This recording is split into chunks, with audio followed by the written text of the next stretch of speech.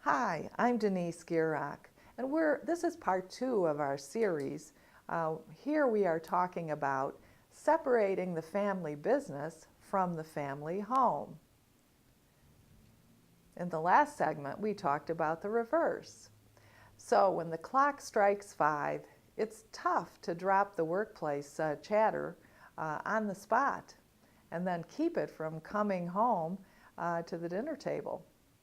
After all, the success of the family business is probably pretty important to health and happiness of the family home.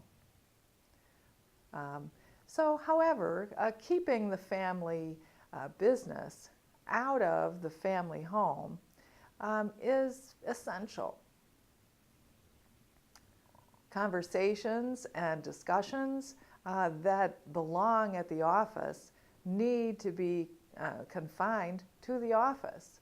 If they don't, work can quickly become an off hour a day or 24-hour a day, 7-day a week enterprise where stress turns into a toxic bloom that eventually poisons both the family business and the family home. In this, part 2 of the 2-part series called Separating the Family Business from the Family Home, I'll highlight how to keep the family business out of the family home. Explicitly don't talk of the business at home. It sounds stupidly simple, but it's simply something that a lot of families never consider. Then try to create a house rule. No talking about work at home. Easier than it sounds, huh? Another thing is to think about most households already have rules everyone follows. Leave shoes outside, no TV on weeknights, no cell phones at the dinner table, etc. This is just another important rule for the family to follow. No more, less. And then write this rule down and put it on the fridge, by the bed, anywhere and everywhere family members might need a reminder. When frustrations, worries, successes, or wins from the workplace start to finagle their way into at-home conversations, that should be focused on anything but work. You've got to cut them off with a sharp rebuke. That was lighthearted family discussions never devolve into a heated workplace debate. That's for doing that at work. And then ensure equal distribution of work at home, so no one's doing all of the work. One of the biggest pitfalls a family can fall into is applying the workplace roles to the family home. You have to wear a different hat at home than you wore at work. Just because mom is the president of the family business doesn't mean she's above taking out the trash, and just because Junior is only started at the company 2 weeks ago doesn't mean that he should always have to do the dishes after dinner. So while the family business shouldn't be a democracy, the family home should be. Everyone should have a voice and an opportunity to share their opinion and an equal share of the chores. So make the home feel like a team where the roles and the titles of the business are shed, and everybody stands on an equal playing field. Then consider establishing dedicated hours of personal time. And working and playing with the same people isn't a great idea, even when people are family. You don't always get along in the same way. Part of keeping the family business out of the family home involves keeping the family out of sight and out of mind. Have dedicated time for individual pursuits and interests. This is important. You could be into reading, painting, weightlifting, gardening, running, anything that can be done in isolation. You need that alone time as well. Though it may sound callous, each family member is also an individual. And individuals need at least a few hours a week to be on their own, to be with themselves. Then look at settling an issue at work and not at home.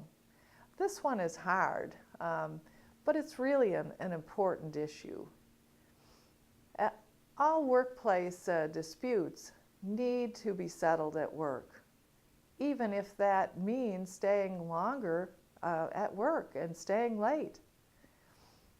Failing to do so almost guarantees that the disagreement and the resentment that can build up along with it will find its way into the home, which is exactly what we don't want to have happen. Another thing is to get to a place where everyone involved in the disagreement, even if they're not happy, at least have it diffused and have them be willing to sit at the table and put the discussion for another day, but at work. Another thing is to keep your assets at work. Many family businesses have computers, cars, and other assets that are used in one capacity or another for the greater good of that company. These assets should predominantly be left at work and rarely, if ever, used or allowed to enter the home. Not only is this important for tax purposes, which it is, the personal use versus the professional use, it's important to cement a mental barrier between work and at home.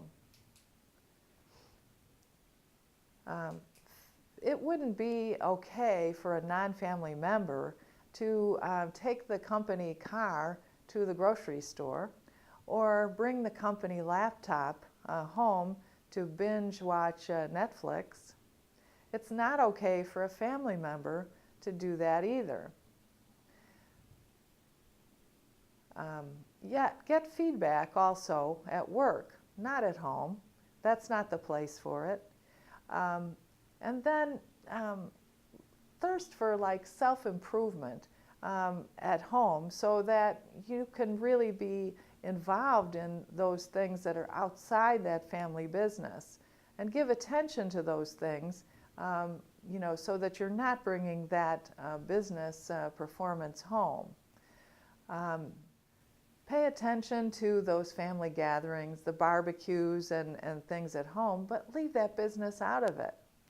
An easy way to keep work from coming home is by scheduling feedback sessions at specific intervals every Friday morning at 9 a.m., let's say.